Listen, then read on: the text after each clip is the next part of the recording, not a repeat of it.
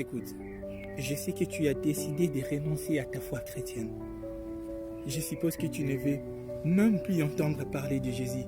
Tu ne veux rien savoir de lui. Je t'en veux pas pour ça. Honnêtement, je te reproche de rien du tout. D'autant plus que je ne sais pas quel genre de misère que tu traverses. Et même si j'étais informé de ce que tu vis en ce moment comme souffrance, je n'aurais pas la même sensation ou le même mental de ce que tu essaies d'approuver face à cette réalité qui te complique. Je ne suis pas contre le fait que tu détestes ou tu haïsses Jésus. Ça, c'est pas mon problème. L'abandon de ta foi chrétienne est moins encore mon problème en fait. Seulement je vois très mal que ton choix d'abandonner face de tes sacrifices, de tes nuits de prière, de tes jeûnes et de toutes ces disciplines que tu t'es fixées une perte de temps. C'est de ça que je te parle en fait. Tu veux vraiment faire de tous ces moments où tu courais à sa recherche en criant secours, en disant « Jésus, viens s'il te plaît, j'ai besoin de toi, sauve-moi » une perte de temps. Laisse-moi te dire ce qui va arriver quand tu vas abandonner. Premièrement, dans cette affaire de souffrance, il n'y a pas que toi qui crèves des misères. On galère tous, on est nombreux. Mais il y aura un jour où tout peut changer en fait.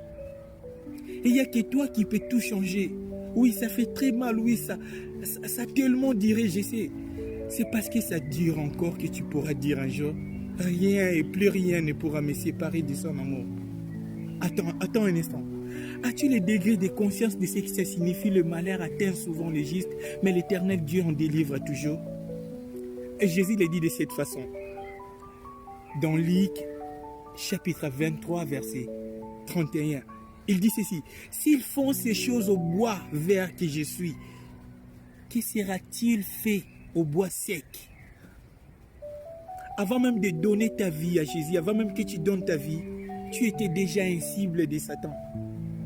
Du moment où tu as décidé de l'accepter, penses-tu qu'il va te laisser tranquille? Le diable déteste l'homme de tout son cœur. Il rôde tout autour de nous comme un lion affamé. Écoute, il dévore même des innocents.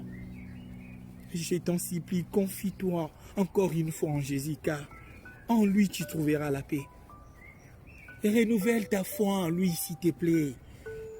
Tu seras comme cette maison qui est bâtie sur les rocs. Le tremblement, le vent peut toutefois s'élever, mais cette maison ne tombe jamais. Je t'invite à faire cette prière avec moi.